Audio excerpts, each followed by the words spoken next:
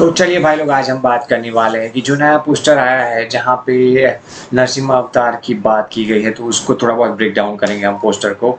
तो अगर आपको वीडियो पसंद है तो चैनल को सब्सक्राइब करना ना भूले और बेल आइकन को भी दबा दीजिए। तो भैया फर्स्ट ऑफ ऑल इसके बारे में बात करते हैं। तो सबसे पहले बात आती है, अगर कोई भी पोस्टर रिलीज़ हुआ हो या कोई भी चीज़ रिलीज़ हुई हो, ये मोशन पोस्टर आप लोग बोल सकते हैं। तो इसका जो मेन है, जो प्रोड्यूसर्स, वो एक ही है जो होम्बेले मूवीज़ वाले हैं। मतलब कि जो होम्बेले जो जिन्होंने केजीएफ बनाई थी, ये मार्क माय वर्ड, जिन्होंने केजीएफ बनाई थी, जिन्होंने कांतारा भी प्रोड्यूस की थी। तो कर्नाटक बेसिकली इनका बेस आप मान सकते हो कि भैया हेडक्वार्टर ये कर्नाटक की है। मतलब इंडिया की बोल सकते हो, इंडिया की तो है ही, लेकिन उसके साथ ही साथ साउथ इंडिया से ये मूवी बहुत ज़्यादा कनेक्टेड है। तो मैं पर्सनली बोलना चाहता हूँ कि यहाँ पे नरसिम्हा अवतार के अंदर हीरो कौन हो सकता है। तो हीरो शायद सब लोग बोल रहे हैं प्रभास हो सकते हैं, या फिर केजीएफ स्टार यश भी हो सकते हैं, या फिर ऋषभ शेट्टी भी हो सकते हैं। तो तीन नाम तो हैं ही।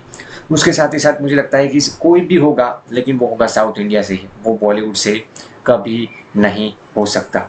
और अगर चलो बात करते हैं इसके ब्रेकडाउन के बारे में, तो इसकी हाल ही हाल बहुत सारे पोस्टर्स तो नहीं रिलीज़ किए गए हैं, लेकिन मोशन पोस्टर एक रिलीज़ किया गया है, जो कि जब शुरुआत होती है तब थोड़ी बहुत चीज़ें दिखाई जाती है। ज़्यादातर चीज़ें अंधेरे में ही हमें दिखाई जाती है, फिर पैरों से लेकर के चेस्ट से, और फिर उसके बाद थोड़ा बहुत फेस भी हमें दिखता है, जो कि नरसिम्हा अवतार को हम रियल में देखें एक्चुअल में कैसा होता है। तो वो ना आदमी होता है ना जानवर होता है, वो एक अलग ही चीज़ होती है, जिसका जो फेस होता है वो लायन का होता है, मतलब कि शेर का होता है, जो कि ठीक बात है, बहुत ही बड़ा वाला शेर।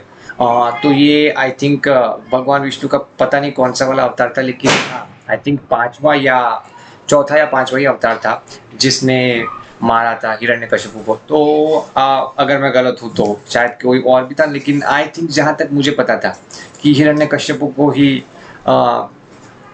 मारने आए थे, तो या वो सारी चीज़ थी। तो बस मैं यही बोलना चाहता हूँ कि तो ये तो इसकी मेन स्टोरी थी। तो क्या रियल में ये लोग अपने पिछले टाइम में, हाँ बिल्कुल जाएंगे पिछले टाइम के अंदर, और ये दिखाएंगे कि भगवान विष्णु की क्या पावर थी, क्या चीज़ें हुई थी, क्या स्टोरी थी, वो सब कुछ ये लोग दिखाएंगे। और सब कुछ दिखाएंगे तो मुझे नहीं लगता कि एक पार्ट के अंदर सब कुछ खत्म हो जाएगा। नहीं, मुझे सब कुछ मालूम है कि एक पार्ट के अंदर तो ये सब कुछ खत्म नहीं हो सकता।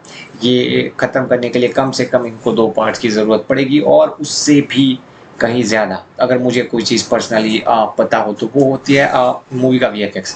इस टाइप की अगर नॉर्मल मूवी हो तो मैं वीएफएक्स की बातें बिल्कुल भी नहीं करूँगा, लेकिन मैं जक मार के, मतलब कि कुछ भी करके वीएफएक्स की बातें करूँगा। क्यों? क्योंकि एक चीज़ है, और ये जहाँ पे आप बॉडी से लेकर के जो चीज़ें होने वाली है, वो एक्शन सीन्स को लेकर के, या कोई चीज़ें दिखाई जाएंगी इस मूवी में, वो सब में वीएफएक्स का यूज़ होगा।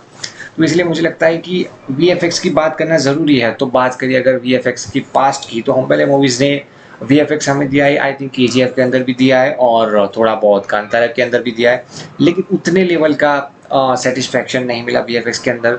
तो मुझे लगता है ये लोग आगे भी इवॉल्व करेंगे, क्योंकि इनके ऊपर एक चीज़ है जो कि सलार की सक्सेस, केजीएफ की सक्सेस और कांतारा की सक्सेस के बाद इन लोगों को पता चल चुका है, और ये लोग हायर भी कर सकते हैं बड़े बड़े वीएफएक्स कंपनीज को, कि जिनमें दम हो वीएफएक्स का, और जो वीएफएक्स रियली कर चुके हैं और कर सकते हैं।